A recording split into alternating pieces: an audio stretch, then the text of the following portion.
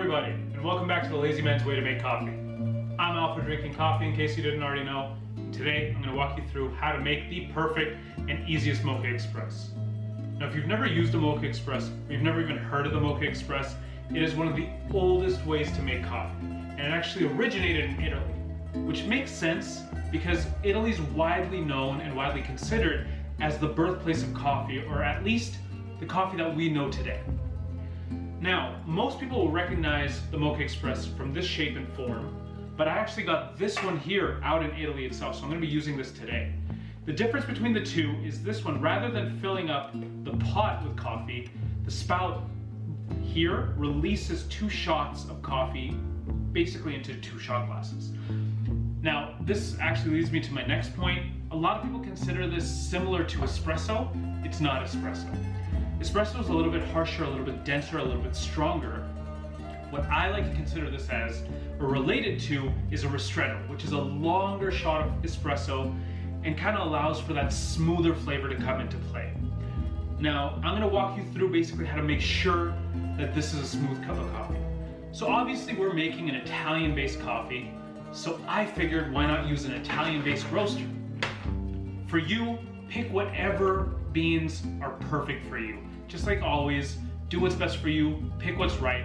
I figured Milano Roasters Jingle Blend, and yes, I know it's from Christmas, but the notes of milk chocolate and hazelnut cream I think are gonna come out perfectly in this Moka Express. So I'm excited to try this out, so let's get this started. So what you're gonna want is a finely ground bean. Something similar to espresso, no chunks or anything. Obviously this is super zoomed in so you can see some chunks, but you want to make sure that it's as finely ground as possible for the Moka Express. 3 main pieces to it, and we'll always have 3 pieces to it. You have the chamber right here, you have the filter, and you have the pot or the spout in this situation. Now, the chamber is meant for where you put your water. It's really important whenever you fill your water to use this gauge here, and again, every Moka Express will have this. This is the gauge to maintain your water line, because anything above this, you're gonna overflow with water, and that's not something that you want.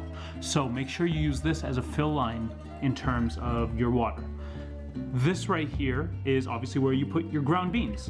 So fill this up to the amount of beans that you want, and since the water will maintain at that level, the more beans you put, the stronger the coffee will be.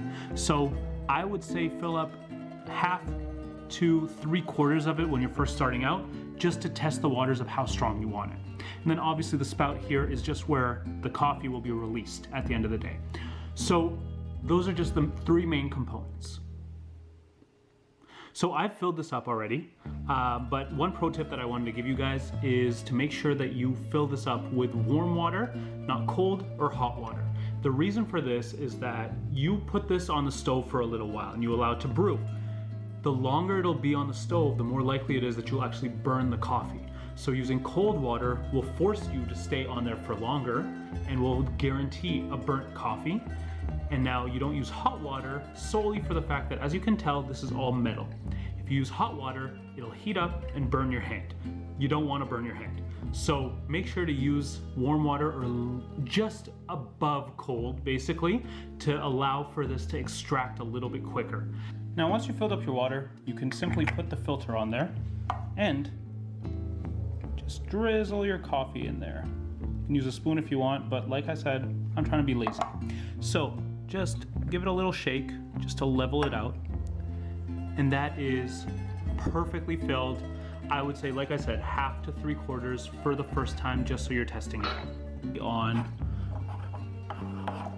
And then once it's fully tight, you want to make sure it's super tight because you don't want water to seep through here. And once it's tight, you're ready to put this on the stove. I put my shot glasses in there. You want to put this on a medium heat. So my stove goes from 0 to 10. So I'm going to put it at a 5 and basically leave it on there. It's going to take about 10-15 minutes to brew. So just give it its time. And while you're watching it brew, while you're watching it being made, fill up some hot water or maybe like steam some milk, and you'll basically be ready for that coffee. Hear it boil so you know that it'll be almost ready.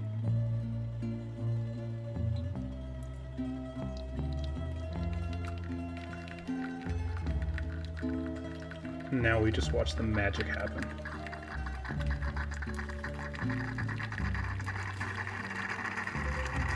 Once it starts getting to this point, you can turn it off and just let it brew. So now that your Moka Express is done, all you want to do is throw either the 2 shots or the pot into a cup of coffee, and you are set, and you got a great Moka Express pot ready to go. So I'm just going to do that. Throw it in there. Now, you can add milk, you can add water, you can drink it straight. I'm gonna drink it straight. Pick out your favorite mug and make sure to enjoy that cup of coffee. Now, as usual, I've been out for drinking coffee. This is the lazy man's way to make coffee, and I'm just asking for you to like, comment, subscribe, and most importantly, make sure that you enjoy yourself a great cup of coffee, because you know I will. Cheers.